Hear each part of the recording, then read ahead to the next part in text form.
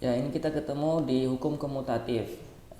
Hasil dari ini ya, komutatif ya. Hasil X plus Y sama dengan hasil Y plus X. Contohnya, misalnya X-nya itu 2, Y-nya itu 1, ya.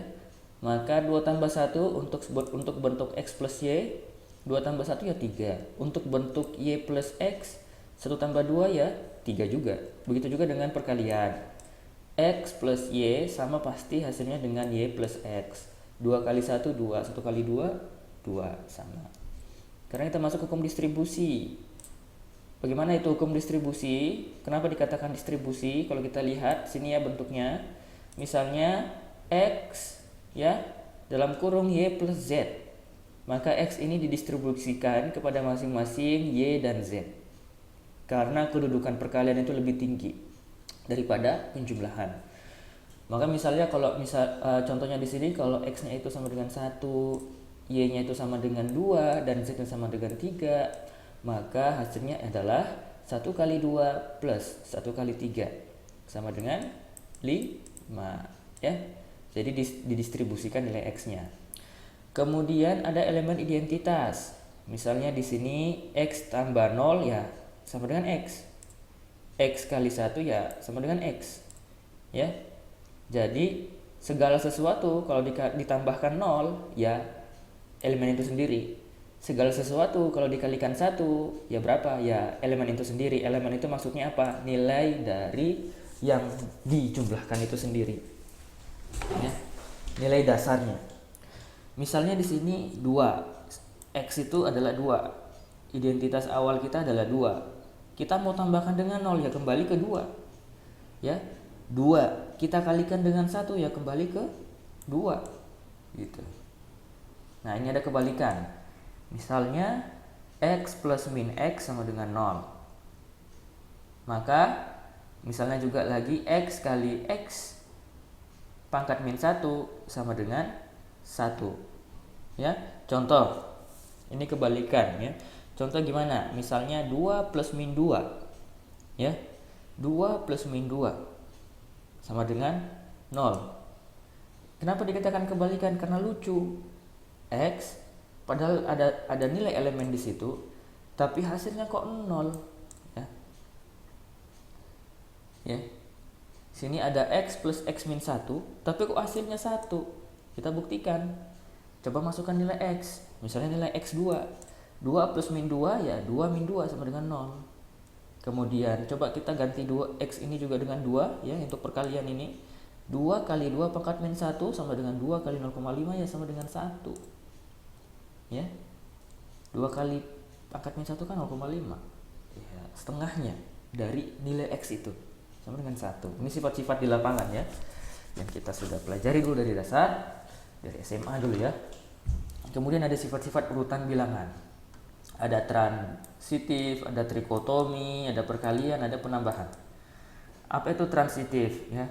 Misalnya jika X lebih kecil dari Y dan Y lebih kecil dari Z, maka X lebih kecil dari Z ya. X lebih kecil dari Y, Y lebih kecil dari Z ya. Jadi ini misalnya X, kemudian ini misalnya Y, ini Z. Nah, ya, ini X, ini Y, ini Z. X lebih kecil dari Y, Y lebih kecil dari Z, gitu ya. Itu transitif. Ini kita ambil kesimpulan, pengambilan kesimpulan. Kemudian trikotomi. Jika X dan Y adalah bilangan real, maka berlaku satu dari 3 keadaan berikut. X itu pasti lebih besar dari Y, Y itu lebih besar dari X, atau X sama dengan Y. Ya. Jika X dan Y adalah bilangan real, maka berlaku dari 3 keadaan berikut ya. Ini ya, ini namanya trikotomi. Kalau teman-teman pengen bahas trikotomi, ini ada unsur filosofisnya juga. Harapan kadang lebih besar dari realisasi ya. Atau bisa jadi harapan lebih kecil dari realisasi, atau bisa jadi realisasi itu yang lebih kecil ya. Jadi kehidupan kita itu sebenarnya bersifat trikotomi. kalian pengen ini, kalian pengen itu, tetapi effort yang kalian berikan ya ternyata lebih kecil, yang kalian nggak bisa dapatkan apa-apa gitu ya. Sebenarnya kehidupan kita ini penuh dengan trikotomi, hanya ada 3 kemungkinan. Kemudian ada penambahan, misalnya X lebih kecil dari Y setara dengan X plus Z ya, lebih kecil Y plus Z ya. Ini jadi yang begini, X setara dengan X plus Z lebih kecil dari Y plus Z ya. Ini kan sama aja bentuknya. Misalnya X nya ini 1, Y nya ini 2 ya. Z nya ini 1, 3 misalnya ya, Z nya ini 3. Maka kalau kita masukkan seperti ini, jadi 1 plus 3 pasti lebih kecil dari 2 plus 3, sama kan? Nah, kemudian ada perkalian, misalkan Z bilangan positif dan X lebih kecil dari Y, maka X kali Z sama dengan X kali Z lebih kecil dari Y kali Z. Ini sama dengan filosofinya yang ini ya. Sedangkan bila Z bilangan negatif, maka X plus Z lebih besar dari Y kali Z. Misalnya X ya, sini X nya 1, ini 2, Z nya kita tentukan 3, maka X kali Z ya itu lebih kecil Y kali Z. Iya dong, yang penting Z nya bukan bilangan negatif ya. Misalnya dia bilangan positif, X nya 1, Z nya berapa? 2 kali 2, Y nya berapa? 3 kali 2. Hasilnya 2 lebih kecil dari 3 kali 2, 6. Kalau misalnya Z nya ini min 3, nah ya, jadi 1 kali min 3, ini 3 kali min 3 ya. Pasti akan berubah simbolnya itu. Oke. Nah, ada operasi hitung pecahan ya. Kalau pecahan ini kita berbicara KPK, kelipatan persekutuan terkecil. Apa itu kelipatan persekutuan terkecil? Yaitu kelipatan paling kecil yang 2 bilangan dalam pecahan itu dapat dibagi gitu ya. Nah, kita lihat coba di sini ada 4 contoh. Ada bagian pertama, harga pecahan tetap sama apabila pembilang dan penyebut keduanya dikalikan atau dibagi dengan bilangan yang sama dan bilangan itu bukan 0 ya. Contoh 3/4, maka nilainya akan tetap sama ya. Misalnya kalau kita 3/4 ini kita kalikan dengan bilangan yang sama, kita kalikan 2, maka nilainya 6/8 ya. 6/8 ini kalau kita bagi ya pasti tidak akan menyelisihi dari nilai 3/4. Bahkan bentuk sederhana dari 6/8 ini ya 3/4. Kemudian ada 15/18 sama dengan 15 bagi 3, 18 bagi 3, 5/6. Nilai 15/18 ini sebenarnya kalau di dalam bentuk, kalau kita enaknya gimana ya caranya? Enaknya pakai chart lingkaran pi itu. Nah, itu akan kelihatan bagaimana bentuk pi 15/18 dan pi 5/6. Akan terlihat sama nilainya. Kemudian perubahan tanda dari pembilang atau penyebut sebuah pecahan akan mengubah tanda pecahan. Misalnya pembilangnya min 3/4 ya. Maka sama dengan min 3/4 atau sama dengan 3 min per 4, sama aja ya. Sama aja ini nanti 3 bentuk ini. Jadi kalau tiba-tiba ada min 3 ya dia pasti akan jadi min 3/4 ya. Kemudian penjumlahan atau pengurangan 2 pecahan yang mempunyai penyebut yang berbeda diperoleh dengan menulis pecahan dengan sebuah persekutuan tersebut. Pelan-pelan. penjumlahan atau pengurangan dua pecahan yang mempunyai penyebut itu yang di bawah ya, berbeda.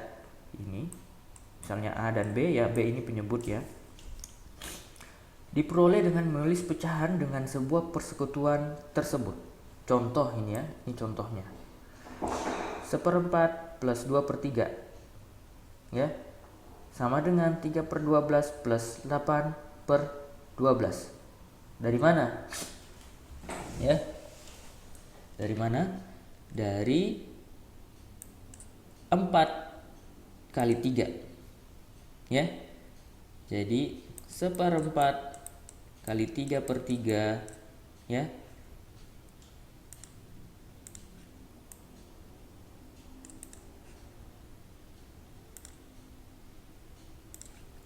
Tambah 2/3 ya kali 4/4 ya. 1 kali 3 3, 4 kali 3 12, tambah 2 kali 4 8, 3 kali 4 12. Nah, kalau sudah sama penyebutnya ini, maka bisa kita langsung jumlahkan. Penjumlahan pengurangan itu nggak bisa kalau ininya nggak sama ya. Jadi harus disamakan dulu. Caranya di mana? Dikalikan dengan pelipatannya. Ya, gitu. Dia hasilnya 11/12. Oke. Ini ada perkalian dua pecahan, ya. Apa itu perkalian dua pecahan? Adalah sebuah pecahan yang pembilangnya merupakan hasil kali kedua pembilang dari pecahan-pecahan yang diberikan, dan penyebutnya adalah hasil kali kedua penyebut dari pecahan-pecahan yang diberikan. Contoh 2/3 kali 4/5 ya, sama dengan berapa? Ya 8/15. Kalau kali bisa langsung 2 kali 4 8, 3 kali 5 15. Bisa kalau kali. Kalau jumlah nggak boleh. Jadi kalau perjumlahan, pengurangan yang di bawahnya ini harus disamain dulu. Kemudian ada 3/4 kali 8/9 sama dengan berapa? 24/36. Atau berapa kalau kita sederhanakan? 2/3. Ya. 2/3. Gitu. Kebalikan dari sebuah pecahan adalah sebuah pecahan yang pembilangnya menjadi penyebut dan penyebutnya menjadi pembilang. Kebalikan 3 adalah, kebalikan 5/8 adalah 8/5 ini soalnya. Enggak ada nih. Kebalikan 5/8 adalah 8/5. Ya. Ini kita bicara kebalikan. Untuk membagi dua pecahan, kalikan pecahan pertama dengan kebalikan dari pecahan yang kedua. Misalnya soalnya A per B bagi C per D, maka sama dengan A per B kali D per C, sama dengan A kali D per B kali C. Contoh soalnya ini ya, 2/3 bagi 4/5, maka kita kalikan dengan kebalikannya dari dari 4/5, maka sama dengan 2/3 kali 5/4, sama dengan 2 kali 5 10, 3 kali 4 12, sama dengan 5/6. Itu ya. Nah, kemudian ada perbandingan senilai. Apa itu perbandingan senilai?